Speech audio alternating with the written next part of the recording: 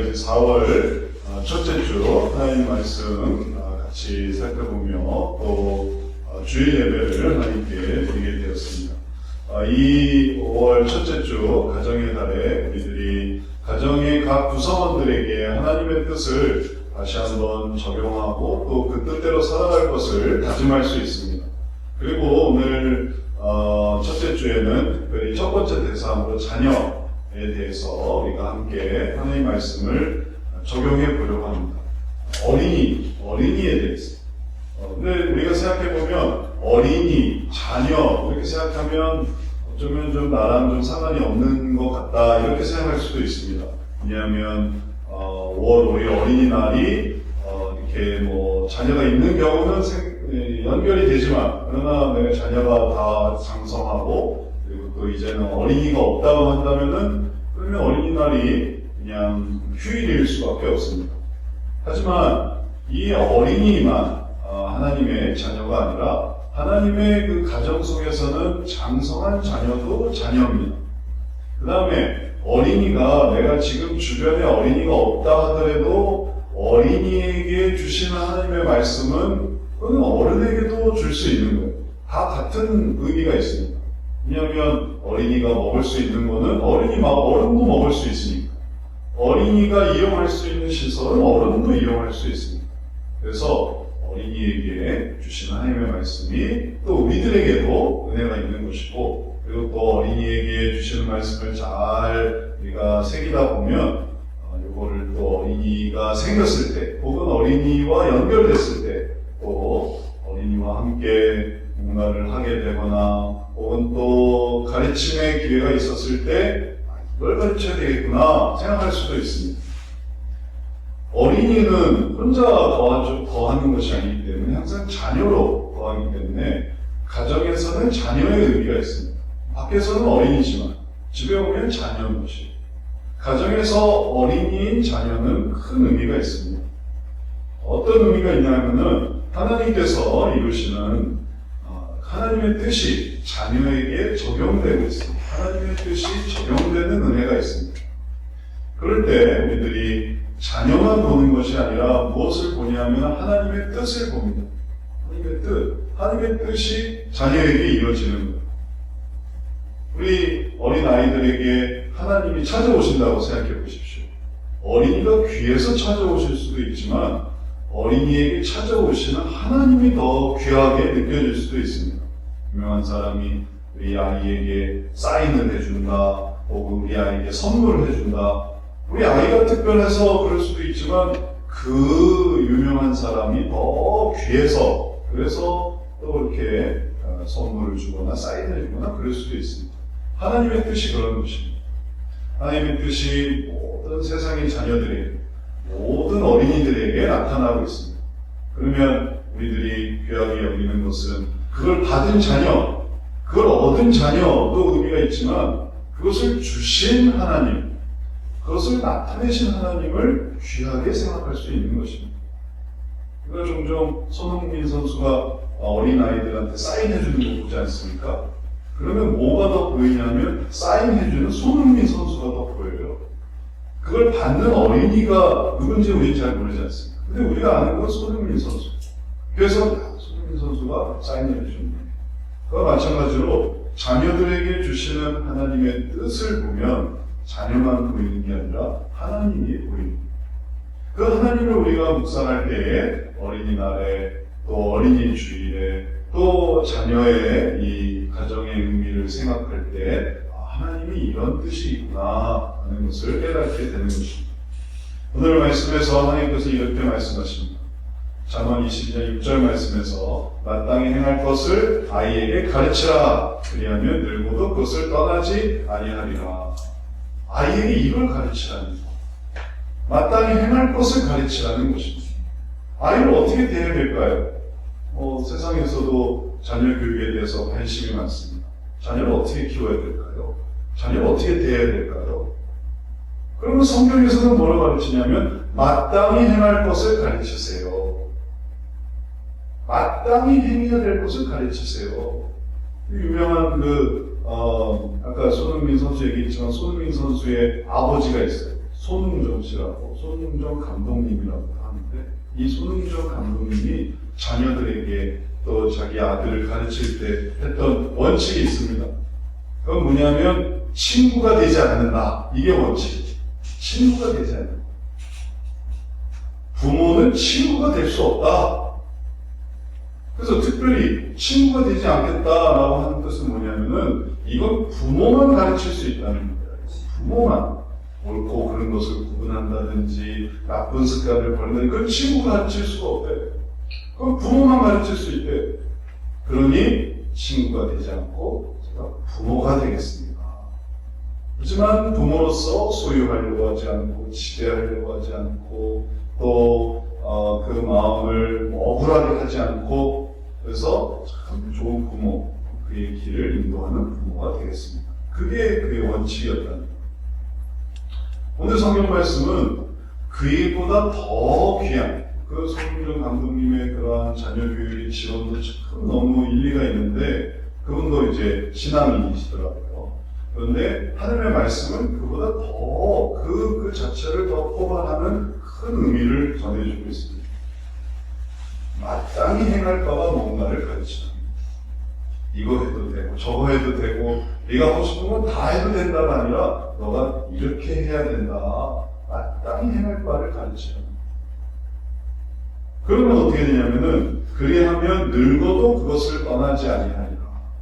그래서 마땅히 행할 바를 가르치고 그것에서 떠나지 않도록 그것을 계속해서 이게 참 좋구나. 마땅히 행할 바니까 이게 나한테 참 좋구나 라는 걸 생각해서 거기에 계속 머무르게 하라는 거예요. 그걸 떠나지 아니하리라. 그렇게 하면 그것을 떠나지 아니하리라. 그러니까 마땅히 할 것을 가르치라는 것이죠. 마땅히 할 것을 가르치면 그러면 그것을 떠나지 않는다는 거예요. 다시 말해서 떠나게 하지 말라는 것이죠. 마땅히 행할 바에서 떠나게 하지 말라는 거예요. 거기서 이 아이가 떠나버리면 그러면 지금은 아이죠. 지금은 자녀죠. 그러나 떠나면 그럼 이제 남이 되고 남이 되고 그 다음에 그 아이가 자라면 그 어른은 무서운 어른이 되는 것이죠. 그러니 떠나는 어른, 떠나는 자녀가 되지 않고 떠나지 않도록 하기 위해서 마땅히 할 바를 가르쳐야만 하는 것입니다. 그러지 않으면 그냥 자기 한 마음대로 하게 되고 그 다음에 또 자기 하고 싶은 걸 이루기 위해서 떠나버리겠죠. 그렇게 하지 않는 것이 바로 하나님의 가르침이었습니다. 이 말씀의 적용을 미가상 속에서 하게 된다면 우리가 이것을 깨닫습니다. 그 하나님의 말씀이 이 아이들에게 이렇게 증거되는가라는 것을 생각하면 우리들에게는 어떻게 적용이 되냐면 늙어도 그것을 떠나지 않게 되는 것, 그게 바로 자녀에게 행할 하나님의 말씀의 적용이구나. 떠나게 될 거는 아무리 해도 소용이 없어요. 하면 할수록 떠나게 된다는 성경을 쓰기를 하거나 아니면 성경을 외우기를 하거나 성경 시험을 보거나 교회를 끌고 가거나 아니면은 또 하나님의 말씀을 또 여러 가지 또 실천하게 하거나 그런데 그렇게 모든 것을 했는데 네가 그걸 떠나버린다.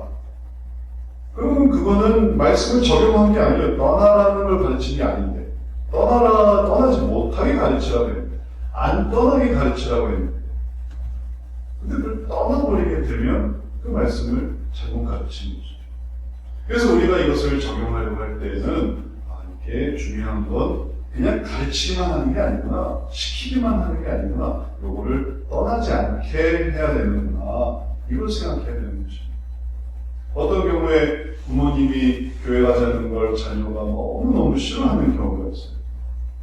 그래서 왜 그렇게 싫어했는가 했더니 부모가 자녀를 교회에 보냈더라고요. 부모가 자녀를 교회에 보냈어요. 그러니까 너무너무 싫어하는 거예요. 그게 무슨 차이냐면 부모가 자녀를 교회로 같이 가는 게 아니라 교회로 보내니까 그러니까 어떻게 되냐면은 나 혼자 가서 하는 그 신앙생활에 너무 힘들고 의미 없고 재미없고 같이 가는 신앙이 아니라 혼자 가는 신앙이 되니까 자녀가 어떻게 하면 교회를 안 갈까요? 어떻게 하면 이 부모님이 저를 교회 가지 않게 할 수 있을까요? 그런 것들을 고민하게 돼요. 그렇게 되지 않도록 하기 위해서 교회로 같이 가는 것, 교회의 그 모든 삶에 같이 들어가는 것. 그럼 떠나지 않는 거예요. 떠나지 않게 하기 위해서 때로는 위로하고 격려하고 칭찬하고 사랑해주고 그러면은 거기서 떠나지 않는데 거기서 분개하고 야단치고 그리고 거기에 대해서 또 윽박 지르고 그리고 강제하고 그러면 떠나버리는 거예요. 힘이 있을 때 떠나버리는 거예요. 그래서 우리들이 깨달아야 하는 이 말씀의 적용은 가르치는 것만이 아니라 떠나가지 않게 하는 게 중요하구나. 하나님께서 말씀하시는 그 마땅히 행할 바를 그냥 주기만 하는 게 아니라 그거를 간직하게 해야 돼요. 그래서 그가 그것을 계속 유지할 수 있게 해야 되는 이게 중요한 것입니다. 그러면 그가 떠나지 않게 돼 자신의 것으로 받아들이게 돼 그리고 마땅히 행할 바 그 내용은 뭘까요?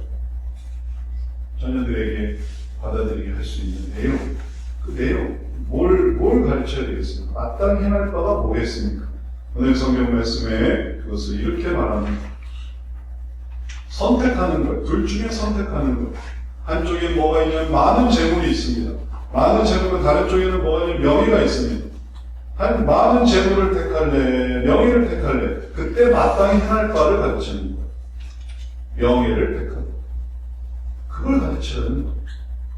또 은금이 있습니다. 은금이 있고 또 다른 쪽에는 은총이 있어요. 은금과 은총 중에 뭘 선택할래? 그때 은총을 선택하게 하라는 거예요. 그걸 가르쳐야 하는 거예요. 그게 지금 마땅히 행할 바의 이 내용입니다. 앞서 나온. 그걸 가르치지 못하고 재물과 명예 중에 뭘 선택할까 할 때 너는 재물을 선택해라. 그러면 마땅히 행할 바가 아닌 거예요. 명예를 버리는 거죠. 재물을 선택하게 됩니다. 그 다음에 은금과 은총 중에 뭘 선택할까? 너는 은금을 선택해. 은총은 별거 아니다. 그래 버리면 그러면 그가 마땅히 행할 바를 배우지 못하는 거예요. 그리고서 하지 말아야 될 거를 배우는 거죠. 그러면 그의 삶이 어떻게 되겠습니까? 명예보단 재물, 은총보다 은금. 그러니 그게 어디로 가겠습니까? 더 많은 은금, 더 많은 재물. 그러니 하나님으로부터 떠나는 것이죠. 하나님께로부터 떠나지 않게 되는 이유는 하나님의 가르치심은 무엇에 핵심이 있는가 하면 눈에 보이는 것과 그리고 또 귀에 즐거운 것과 그리고 또 이 세상에서 주는 그런 모든 이 세상적인 육체적 즐거움에 있는 게 아닙니다. 하나님께서 주시는 가르침. 하나님께서 주시는 가르침은 뭐에 있냐면 하나님의 다스리심에 있습니다. 하나님의 선하심에, 의로우심에 있습니다. 그 근거가 하나님이 어떤 분인가에 대해서 말하고 있는 그 다음 절입니다. 가난한 자와 부한 자가 함께 살거니와 그 모두를 지으신 이는 여호와시니라. 가난할 수도 있고 부할 수도 있는데 그 모두를 지으시고 그들을 통해서 영광 받으시며 세상을 다스리시는 분은 누구시냐 하면은 하나님이십니다. 그러니 가난하면 큰일 나고 부자여야만 하고 또 반대로 부자는 큰일 나도 가난해야만 하고 그런 것들은 전부 이 세상에서 하나님께서 그것을 다스리신다는 것을 모르고 있는 거예요. 가난할 수도 있고 혹은 부할 수도 있고 또 부할 수도 있고 그다음 가난할 수도 있고 근데 그 모든 것을 하나님이 다스리시니까 그 중에 해야 할 일을 하는 거예요. 해야 할 일. 우리가 인생 속에서 얼마나 많은 돈을 벌었는가가 우리의 인생을 가치를 결정하는 게 아닙니다. 우리가 많은 은금을 쌓았는가가 인생의 그런 어떤 결실로 나타나는 것도 아닙니다. 가난할 수도 있죠. 태어나 보니 가난할 수도 있고 또 하다 보니 부가 쌓일 수도 있죠. 부자가 될 수도 있고 가난할 수도 있고 그런데 부자건 가난한 자건 이 속에서 하나님이 이루시는 것은 뭐냐면은 이 세상에서 하나님의 뜻을 실현하는 거예요. 다스리시고 지으시고 움직이시는 겁니다. 그래서 하나님께서는 그 가난한 자와 부자 중에 하나님의 뜻을 이루셔서 영혼을 구원하시고, 가난한 자와 부자 중에 하나님께서 뜻을 이루셔서 나라를 건설하시고, 가난한 자와 부한 자 중에 하나님께서는 뜻을 이루셔서 하나님의 영광을 나타내십니다. 이스라엘이 애굽에서 출애굽해서 가나안으로 갈 때까지 거기에 부자와 가난한 자가 없었겠습니까? 그 안에도 다 귀족이 있고, 거기도 또 가난하게 사는 사람이 있고, 그 중에도 또 많은 어떤 소유를 가진 사람이 있고, 적은 소유를 가진 사람이 있고, 그런데 소유가 어떻든지 그들은 어디를 향해 나아가고 있냐면 가나안을 향해 나아가고 있어요. 그 중에 지도자도 있고, 그 다음에 따르는 사람도 있고, 그 중에 직업도 있고, 그 중에 또 다양한 재능도 있고 능력도 있고, 그걸 하면서 그들은 어디로 가고 있냐면 하나님의 나라를 향해서 갔다는 것입니다.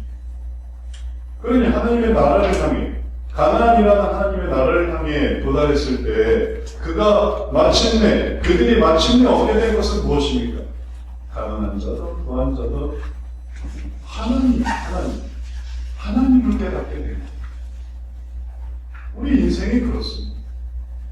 부하면 얼마나 부하고 가난하면 얼마나 가난합니다. 그러나 하나님을 모른다면 그 가난했던 인생 혹은 부했던 인생, 그것은 무의미합니다. 그것만 생각하는 거 아닙니까? 우리가 돈이 있나 없나, 혹은 우리가 부자냐 아니냐, 그것만 생각하는 겁니다. 그 더 큰 가치가 그 모두를 지으신 하나님이십니다. 그러한 원리 때문에 명예를 선택하는 것도 그게 내 명예가 아닙니다. 내 명예. 그거는 재물을 선택하는 명예를 선택하는 그게 똑같은 말이에요. 내 재물, 내 명예. 나는 내 명예만 생각해. 내 명예. 그건 재물을 선택하는 거나 별반 다를 게 없어요. 내 은총.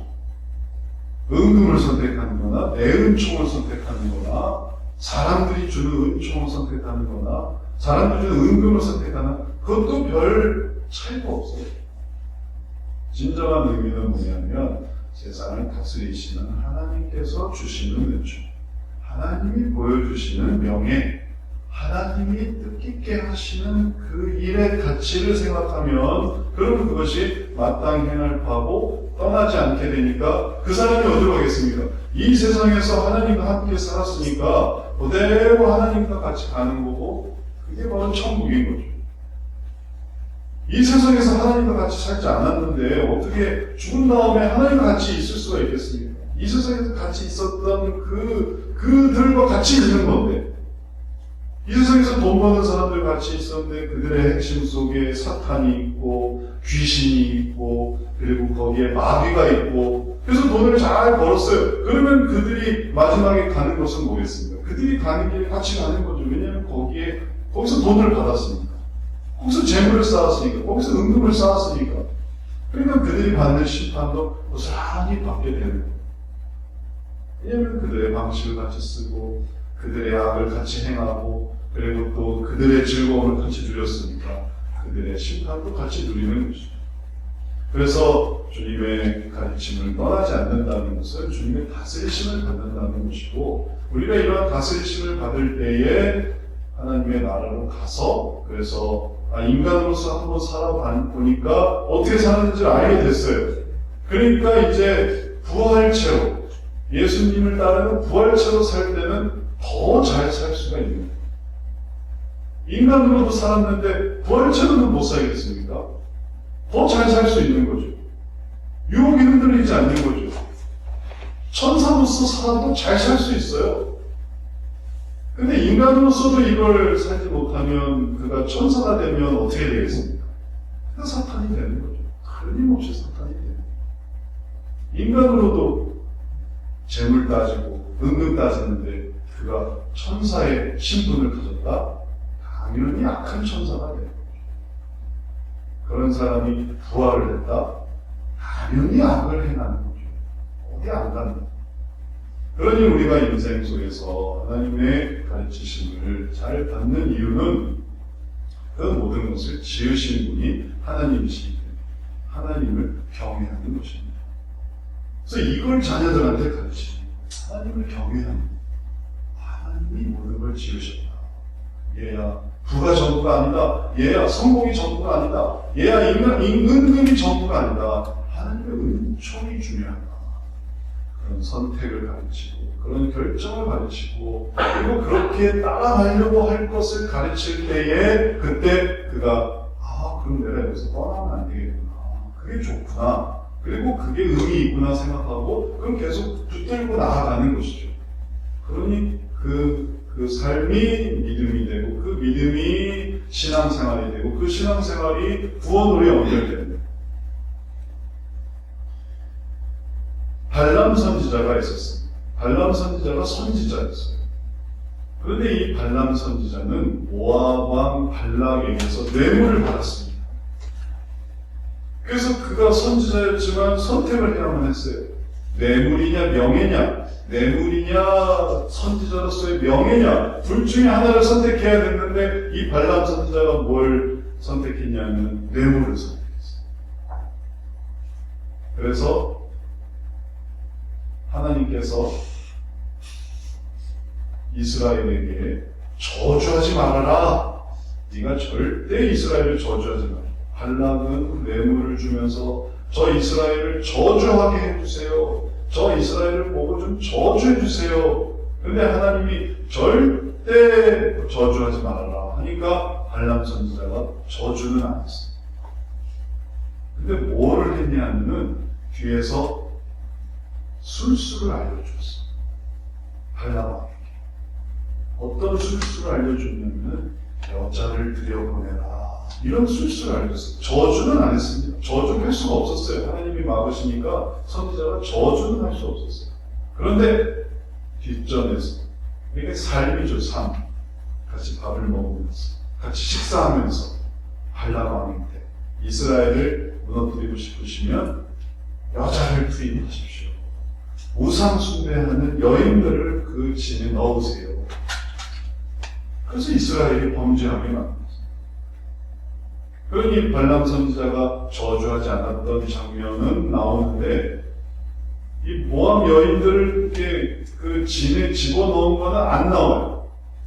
하지만 나중에 발람 선지자는 모세에 의해서 심판받았어요. 그는 모세의 이제 모압을 징벌할 때 그때 같이 죽게 되었어요. 같이 죽었습니다. 그리고 그때 알게 됐어요. 이걸 누가 알려줬냐 하니까 이 선지자가 알려준 거예요.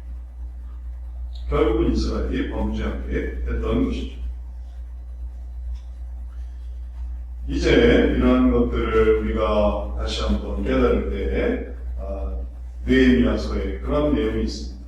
13장 2절 보면 이는 그들이 양식과 물로 이스라엘 자손을 영접하지 아니하고 도리어 발람에게 뇌물을 주어 저주하게 하였습니다. 그러나 우리 하나님이 그 저주를 돌이켜 복이 되게 하셨다 하였는지라. 그래서 하나님께서는 그 모든 것들을 다 다스리시기 때문에 어떻게 해서든지 재물을 따르고 은금을 따른다 하더라도 하나님께서는 그것을 뒤집어 버리시는 거예요. 그래서 하나님이 다스리심 속에 명예를 따르고 은총을 따르는 거예요. 왜냐하면 그것을 하나님이 돌이키시게 하기 때문입니다. 그래서 모압 여인들이 들어와서 이스라엘 백성들이 범죄하고 그래서 이스라엘 백성이 망할 줄 알았는데 웬걸 하나님께서 그들을 심판하셨으나 그들을 회복하셨어요. 그들을 심판하시면서 그들을 또 회복하셔서 그들이 돌이키게 되고 그 다음에 또 다 그 죄를 벗어버리게 되고 그리고 하나님을 의지하니까 그 다음에 이제 다시 공격을 해서 모압을 이기게 됐던 것입니다. 이런 하나님의 다스리심은 우리들로 하여금 만약에 재물을 따르고 은금을 따르면은 조금은 성공하는 것 같지만 몇 달은 성공하는 것 같지만 결과적으로 하나님이 그걸 뒤집어 버리시는구나 라는 걸 보여주는 거예요.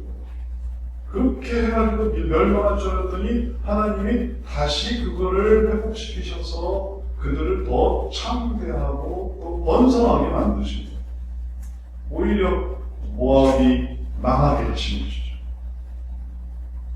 그래서 하나님을 따르게 되는 이것이 무엇을 의미하냐면 하나님께서 보여주시는 명예를 하나님이 보여주시는 은총을 더 중요하게 여기는 삶으로 나아가게 됩니다.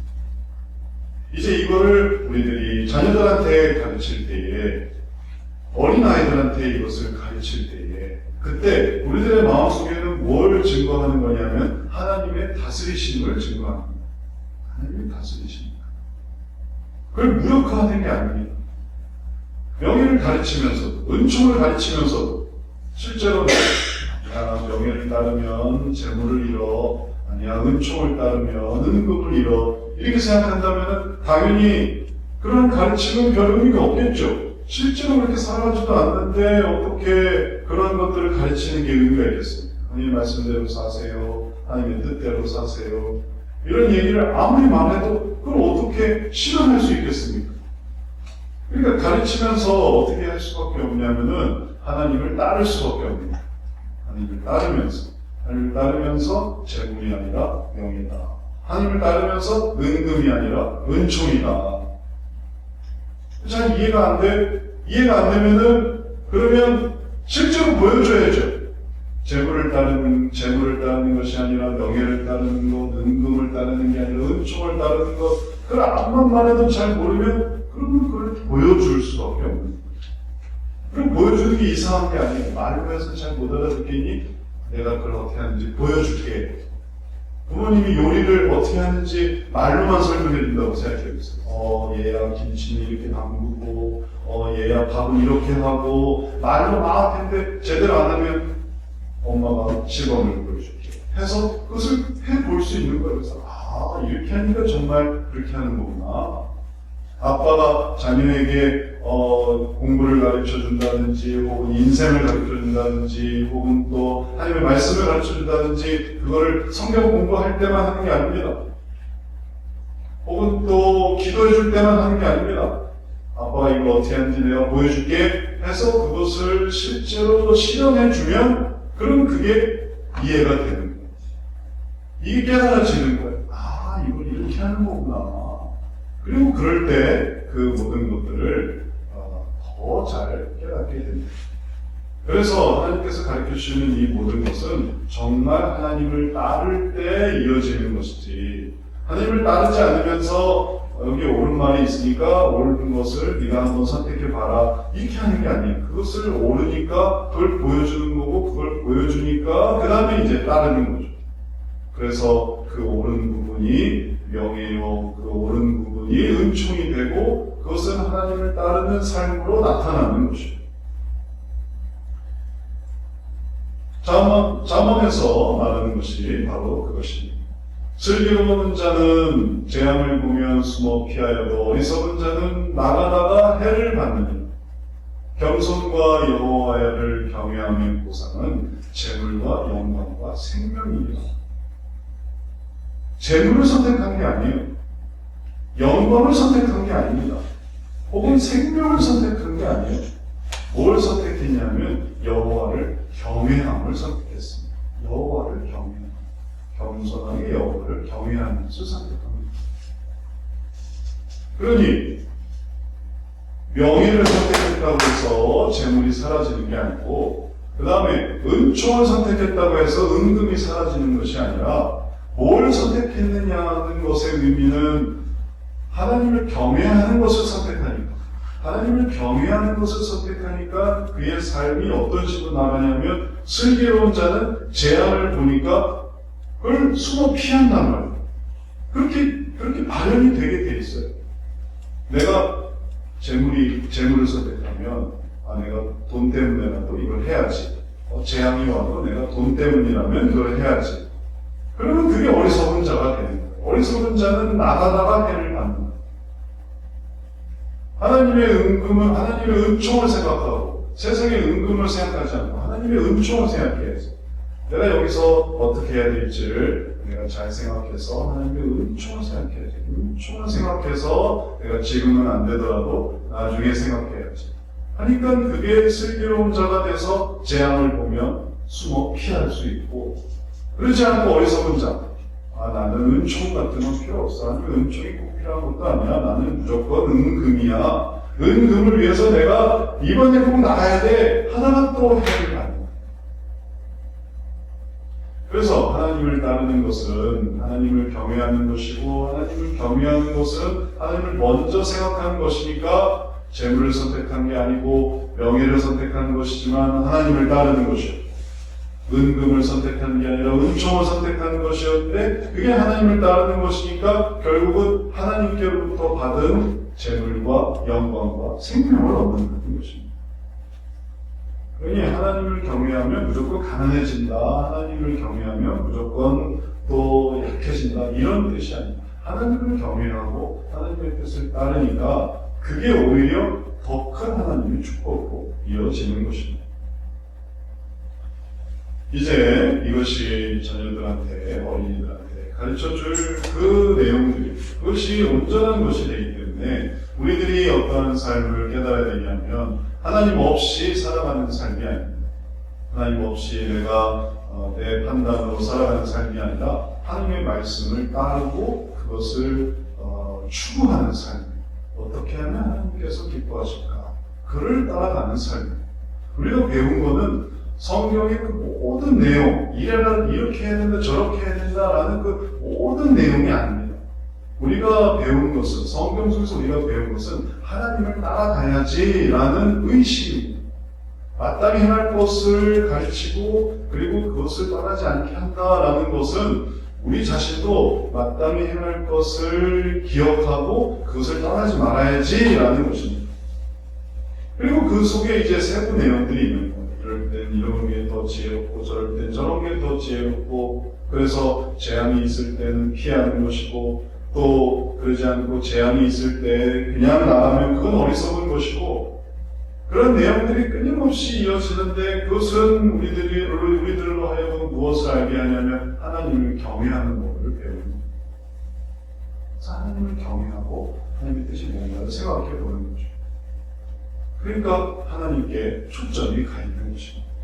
우리가 이런저런 기술들을 배워서 그래서 우리가 이 세상에서 잘 살 수 있는 삶을 살아가는 게 아니고 하나님께 초점을 맞추면 하나님께서 계속 그것을 알려주는,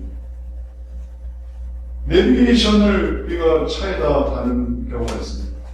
그럼 그 모든 지도를 다 가지고 있다라는 게 아니에요. 그걸 따라가려고 한다라는 것이죠. 그래서 내비게이션은 모든 필요할 때 그 모든 지도의 내용을 하나하나씩 내가 필요한 걸 알려줘요. 모든 걸 가지고 있지만 모든 걸 알려주는 게 아니에요. 내가 필요할 때 내용을 알려주는 거예요. 그와 마찬가지로 하나님의 말씀은 우리들에게 모든 것을 다 보여주실 수 있지만 내가 그것을 의지하려고 할 때 그때 필요한 것들을 알려주시는 것입니다. 그걸 자녀들한테 가르칠 때에 그때 그 속에서 그가 그걸 깨닫고 살아갈 수 있는 것. 이제 가르침으로만 끝나는 게 아니라 생활이 중요해요. 생활. 그래서 생활 속에서 하나님의 살아계심과 그에 따른 삶을 경험하는 것이 중요해요. 그래서 어제 성경 말씀을 읽었고 오늘 설교 말씀을 들었고 또 내일 성경 공부를 하고 그리고 나서 삶 속에서 무슨 일을 했는가, 삶에서 하나님의 살아계심을 어떻게 찾았는가, 어떻게 경험했는가, 이게 중요합니다.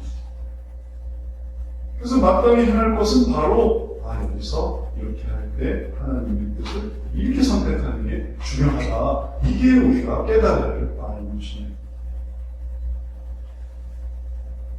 자녀로서 모습과 부모로서의 모습을 잘 보여주는 것이 한나와 사무엘의 관계 속에서 잘 나타납니다. 어머니 한나가 하나님께 대해서 진실했어요. 그는 자기의 삶 속에서 애를 낳지 못하는 것으로 우리가 다 잘 알지만 한나가 아이가 없어서 그래서 서러움을 많이 받았습니다. 그런데 그럴 때 그가 문제를 어떻게 해결했냐면 하나님께 나아가는 것으로 문제를 해결했어요. 그러니 만약에 그때 내가 이 문제를 어떻게 해결하냐 하면은 나를 공격하는 사람들을 대응하는 걸로, 혹은 또 그 스트레스를 내가 다른 쪽에서 해결하려고 한다라고 했다면은 하나님께 대한 진실함이 없는 거예요. 어려운 일이 있을 때 내가 성전에 가서 기도해야지. 하나님을 찾아야지. 하나님의 뜻이 뭔가를 생각해 봐야지. 그게 어머니 한나가 보여주었던 마땅히 행할 바였어요. 그리고 그게 하나님께 대한 진실함이었어요. 하나님의 뜻을 찾아가려고 하니까. 그러니까 그 아들 사무엘이 이제 하나님께서 응답으로 주신 사무엘이 이제 출생했는데 그 아들 사무엘도 그 어머니 한나처럼 뭘 배우냐면 하나님께 진실해야 되겠구나. 하나님께 어려움을 내어놔야겠구나. 이걸 생각한 겁니다. 그래서 나중에 사무엘도 스트레스 받으면 뭘 하냐면 하나님께 찾아가요. 스트레스가 어떤 스트레스였냐면은 사울 스트레스. 사울이 그렇게 걱정을 시키고 괴롭게 하는 거예요. 그러니까 사무엘이 어떻게 하냐면은 하나님께 나아가서 애통해야 하는 거예요. 하나님, 사울과 때문에 제가 죽겠습니다. 그걸 하나님께서. 그리고 사무엘이 그 어려울 때에 하나님께 나아가서 애통하는 걸 도대체 누구한테 배웠을까요? 사무엘이 그때 어떻게 행할 바를 도대체 어디서 알게 됐을까요? 한나가 그랬다. 한나가 그럴 때 자기는 애 못 낳는 스트레스를 하나님께 가서 풀었다는 거예요. 그러니까 하나님이 그럼 애를 주마 했던 거죠. 사무엘도 사울에 대해서 괴로워하니까 하나님이 무슨 대답을 주셨겠습니까? 그럼 다윗을 주마. 그러니 마땅히 행할 바는 이런 것입니다. 이런 하나님을 찾는 거. 하나님 어떻게 하면 좋을까요? 저한테 재물의 제한이 들어왔고 명예의 제한이 들어왔습니다. 하나님 어떻게 하면 좋을까요? 그러나 하나님께 의지할 때 하나님께서 중요한 선택을 할 수 있도록 명예를 선택할 수 있도록 또 은금이 생기는 일이 생겼습니다. 근데 제가 은총을 또 따라야 하는 일과 이게 충돌이 됩니다. 어떻게 하면 좋을까요? 하나님께서 응답을 주십니다. 그 은총. 그래서 은총을 따라야지. 은금을 포기해야지. 그러면 하나님께서 더 큰 은총을 받게 하시는 것입니다. 그리고 그걸 한번 경험해 보면 이렇게 살아야 되겠구나 하고서 그걸 계속 따라가는 거예요.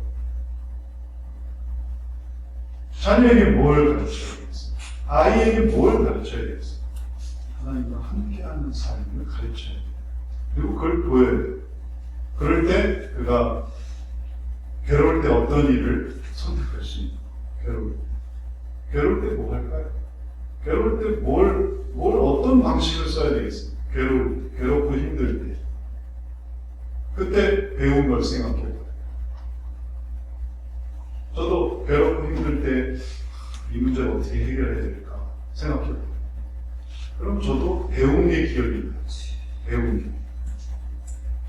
저희 아버지가 그럴 때 우리 아버지는 어떻게 했을까? 그게 생각이 나요. 우리 아버지는 어떻게 했을까? 그리고 그때 우리 아버지는 산에서 기도를 했어. 그럼 나도 산을 가야지. 그런 게 생각이 나요. 산에서 기도해라 라고 말하지도 않았어요. 근데 그냥 괴로워서 산에 가셨단 말이에요. 그래서 기도를 해서 그렇게 하는 것을 깨달아요.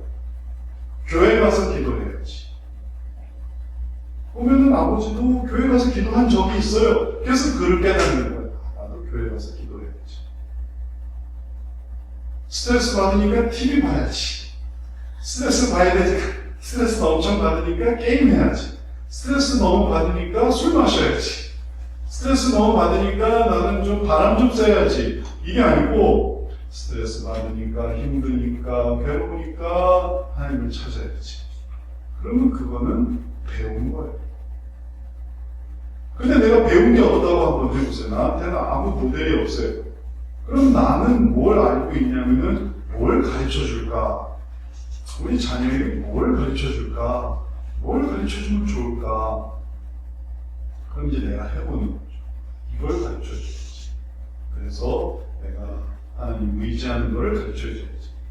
얘야 의지해라 이게 아니고 이렇게 의지했다라는 걸 보여주는 거죠.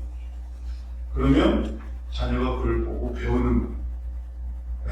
매일 투덜대고 매일 원망하고 매일 한탄하고 매일 죽겠다고 하고, 그리고 그 스트레스를 가족에게 풀고 혹은 다른 데로 풀고 그러면 나중에 기억나는 건 뭐냐면 매일 징징대는 것만 보는 거예요. 그럼 얘가 그걸 또 보고서 나중에 자기도 매일 징징대. 아는 사람도 없이 이렇게 해요. 징징징. 왜 그렇게 징징대세요? 스트레스 받아서. 아, 저렇게 하는 거구나. 그럼 나도 저렇게 해야지. 하고서 그 자녀도 그렇게 할 수밖에 없어요.